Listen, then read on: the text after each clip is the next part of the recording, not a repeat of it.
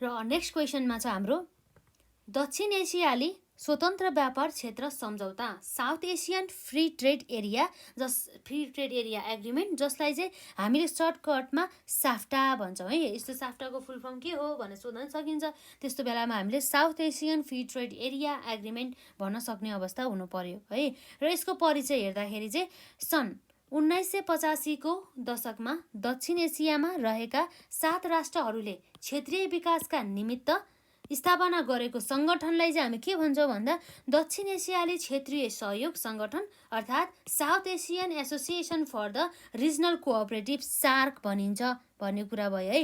र यसका संस्थापक सदस्यहरू बङ्गलादेश, भारत, भुटान, मालदिभ्स, नेपाल, पाकिस्तान र श्रीलङ्का हुन् भन्ने कुरा भयो। र यसै गरी दक्षिण एसियाका यी देशहरूको सङ्गठन सार्क हेर्नुहोस् है SAARK सार्कमा सन् 2007 देखि चाहिँ अफगानिस्तानले पनि सार्कमा प्रवेश पाएपछि यसका सदस्य राष्ट्रहरूको सङ्ख्या 8 पुगेको छ।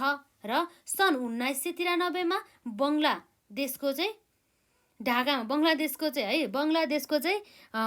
ढाकामा चाहिँ भएको 7औं सार्क शिखर सम्मेलनमा चाहिँ सदस्य राष्ट्रहरूमा रहेका आर्थिक र व्यापारिक समस्या निराकरणका लागि सार्क सौविध्य व्यापार व्यवस्था सम्झौता एग्रिमेन्ट अन सार्क जस्तै हाम्रो प्रिफरेसनल ट्रेडिङ एग्रिमेन्ट साफ्टा हेर्नु यो चाहिँ साफ्टा है SAPTA मा हस्ताक्षर भएपछि साफ्टा भन्ने कुरा भयो हैन। साफ्टाको जन्म भएको थियो र पछि गएर चाहिँ है र पछि सन् 1998 मा श्रीलङ्काको कोलम्बसमा भएको 10औं सार्क शिखर सम्मेलनले सार्क सौविध्य व्यापार व्यवस्था सम्झौता साफ्टालाई चाहिँ दक्षिण एसियाले स्वतन्त्र व्यापार क्षेत्र सम्झौता agreement on South Asian free trade area साफ्टामा लैजाने प्रस्ताव गरियो। र सन् 2004 मा चाहिँ पाकिस्तानको इस्लामाबादमा चाहिँ भएको 12औं सार्क शिखर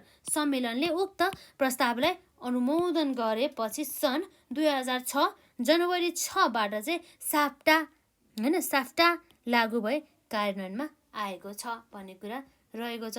यसरी चाहिँ यो कुराहरू रह्यो भनिसकेपछि जुन हाम्रो अब्जेक्टिभ अफ साफ्टाका उद्देश्यहरू अब के छन् त साफ्टाका उद्देश्यहरू त्यसै गरी साफ्टाका महत्त्वहरू रहे है। त्यसै गरी साफ्टाका चाहिँ चुनौतीहरू भए यो एकदमै इम्पोर्टेन्ट छ। अब हामी सर हेर्दै जाउँ है। खासै केही पनि गाह्रो छैन। यो जुन बुकको लाइनमा जे लेखेको छ त्यस्तै कुराहरू हुन् त्यही भएर मैले खासै एक्स्ट्रा कुराहरू चाहिँ भनिनँ है त। त्यो कुराहरू भयो। अरू केही क्वेरिजहरू छ भनेदेखि भन्नु होला। जस्तै हजुरहरूलाई चाहिँ अब विशेष गरी चाहिँ अब ट्युसन क्लासेसहरूको चाहिँ आवश्यकता छ भनेदेखि सम्पर्क राख्नु होला। र अब मेन भनेको जुन अब यसरी हेरौँ जस्तै साफ्टाको उद्देश्यहरू यसरी साफ्टाको स्थापना गर्नु अब साफ्टाले चाहिँ अब के सोधेको होला त के सोचेको होला त हैन अब के गर्ने कसो गर्ने भनेर अब हेरिहालौँ यसमा। जस्तै साफ्टाको उद्देश्यहरू हेर्दा नम्बर 1 मा छ व्यापार सम्बन्धी अवरोधहरूलाई हटाउने र सम्बन्धित राष्ट्रहरूका बीच स्वतन्त्र रूपमा चाहिँ वस्तु आवत जावत गर्ने सुविधा प्रदान गर्नु भन्ने कुरा यहाँ रहेको छ।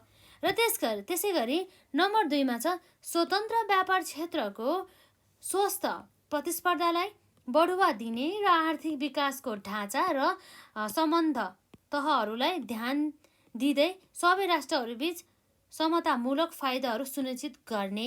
र नम्बर 3 मा छ सम्झौताको कार्यान्वयनका लागि प्रभावकारी संयन्त्र बनाउने र सहमतिको कार्यान्वयन गर्ने तथा आपसी विवादहरू सुल्झाउन संयुक्त प्रशासन र सोको सहमति कार्यान्वयनका लागि प्रभावकारी संयन्त्रको सिर्जना गर्ने। र नम्बर 4 मा यो सहमति पारस्परिक फाइदा अभिवृद्धि र विस्तार गर्दै थप क्षेत्रीय सहयोगका लागि आवश्यक रूपरेखा तयार गर्ने भन्ने कुरा अब यो भयो उद्देश्य साफ्टाको। र त्यसपछि साफ्टाको चाहिँ महत्त्व किन छ त हेरौँ है। यसको चाहिँ जुन फाइदाहरू चाहिँ यसरी चाहिँ हामीलाई यहाँ दिएको छ र यसमा त्यही हाम्रो के हो भन्ने कुरा मात्रै भनेको छ। अब हेरौँ के फाइदाहरू होला त जस्तै दैनिक उपभोग्य वस्तु सरल र सुपथ तरिकाबाट प्राप्त हुन जान्छ भनेर। र नम्बर 2 मा चाहिँ अब के हुन्छ त फाइदाहरू शिशु उद्योगहरूको क्षमता विकास गर्न प्राविधिक सहयोग प्राप्त गर्ने अवसर मिल्दछ। र नम्बर 3 मा जुन हाम्रो सार्क राष्ट्रहरू बीच चाहिँ प्रविधि आदान प्रदान भई सदस्य राष्ट्रहरूको औद्योगिकरणमा टेवा पुग्दछ। र नम्बर 4मा चाहिँ नेपाली उत्पादन सार्क राष्ट्रहरू बीचमा निर्बाध निकासी गर्न सकिन्छ। र नम्बर 7मा चाहिँ हाम्रो छिमेकी राष्ट्रहरूबीच सुमधुर सम्बन्ध बन्छ। र नम्बर 6मा चाहिँ लगानी र रोजगारीको अवसर वृद्धि भई गरिबी कमी हुन्छ है। त्यसै गरी अब साफ्टा जुन च्यालेन्जेस चुनौतीहरू अब के होला त भन्दा जस्तै नेपाल साफ्टामा आबद्ध हुँदा जति फाइदाहरू छन् चुनौतीहरू पनि त्यति नै छन्। यसले सामना गर्नुपर्ने चुनौतीहरू यस प्रकारका छन्। जस्तै नम्बर 1मा श्रमको मात्रा बढी प्रयोग गरी उत्पादन गरिएका नेपाली वस्तुहरू कम प्रतिस्पर्धी हुन गई निर्यात नहुन पनि सक्छ हैन, नहुन सक्छ। नम्बर 2मा नेपालको परम्परागत घरेलु उद्योगबाट उत्पादित वस्तुहरूले आधुनिक उद्योगका उत्पादनसँग प्रतिस्पर्धी गर्न कठिन गर्न सक्दछ।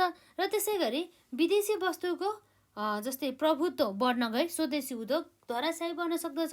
र नम्बर 4मा विदेशी वस्तुको बढ्दो उपभोग र स्वदेशी मुद्राको बहिर्गमन रोक्ने कार्य चुनौतीका रूपमा रहेको छ। र त्यसै गरी नम्बर लास्टमा है नेपाल जस्तो अल्प विकसित देशलाई उत्पादन पुँजी लगानी रोजगारीमा दीर्घकालीन असर पार्न सक्दछ भन्ने कुरा हो। यो भए च्यालेन्जेसहरू। यसरी जुन हाम्रो साफ्टा र जुन WTO को चाहिँ जुन सबै भूमिकाहरू यसको जुन स्थापना कसरी भयो के कुराहरू र साथै यसका उद्देश्य र यसका जुन महत्त्व र जुन यसरी चाहिँ जुन यो सङ्गठनहरू आइसकेपछि चाहिँ यसका जुन मेम्बरहरूले यसका मेम्बर कन्ट्रीहरूले भनौँ न यसका जुन सदस्य देशहरूले चाहिँ भोग्नु परेका च्यालेन्जेसहरूको बारेमा चाहिँ इम्पोर्टेन्ट छ, मजाले पढ्नु होला।